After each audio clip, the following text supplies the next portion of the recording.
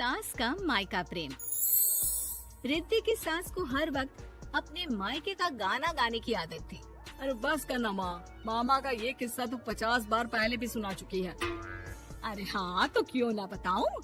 तेरे चाचा तो उस वक्त हाथ झाड़ कर खड़े हो गए थे। तब मामा ही था तेरा जो आगे आया और मदद की। देखो अब ठीक है ना, जो हो गया सो हो गया।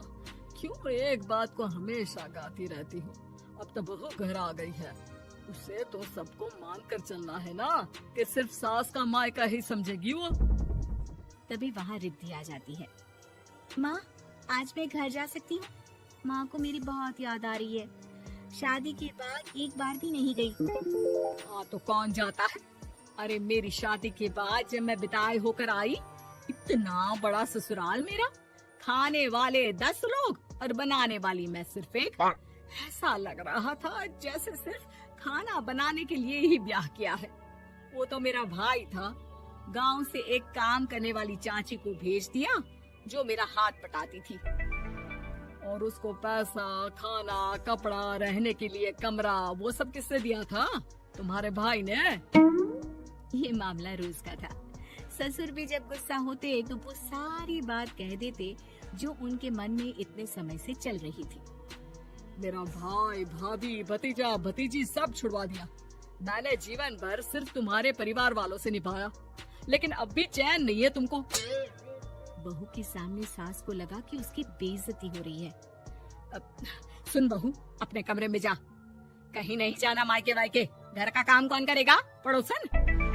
बहू समझ जाती है मामला गर्म चल रहा है। कमरे में जाने में ही भलाई है। कमरे में क्या है?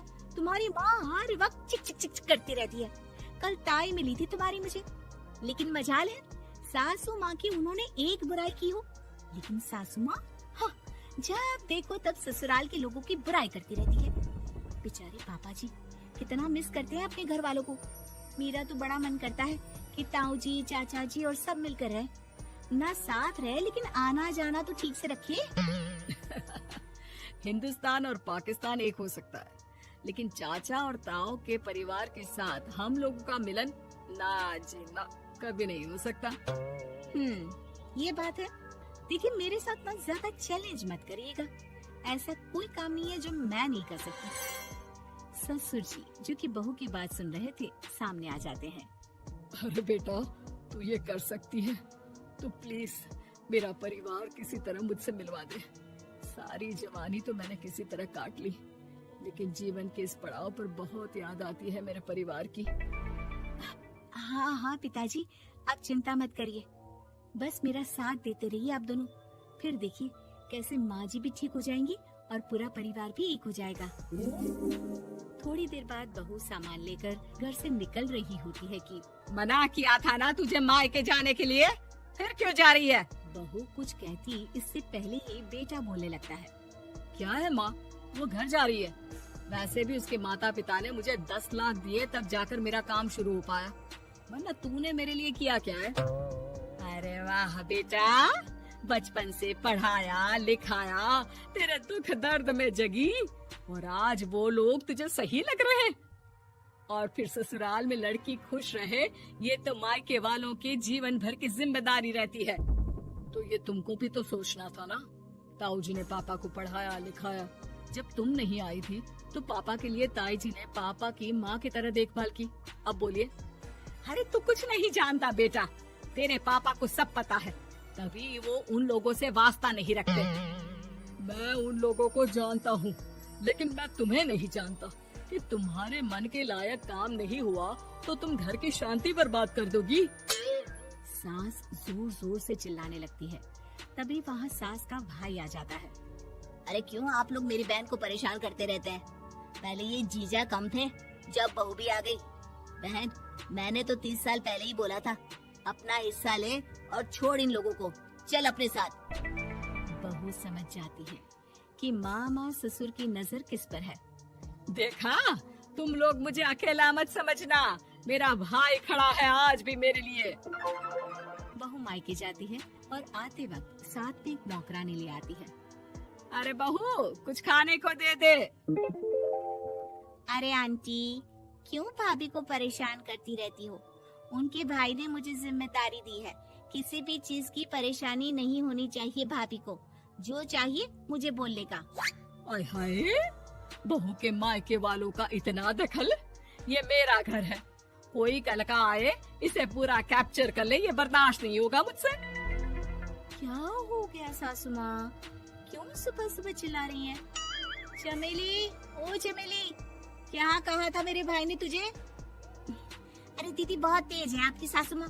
मैंने तो बोला कुछ चाहिए तो मांग लो मुझसे। अरे निकल यहाँ से, घर को रेलवे स्टेशन बना रखा है, जो देखो वो घुमा जा रहा है यहाँ से वहाँ। ये कहीं नहीं जाएगी। ये जाएगी तो घर का काम कौन करेगा? मैं। हाँ, और क्या करती है बहुएं?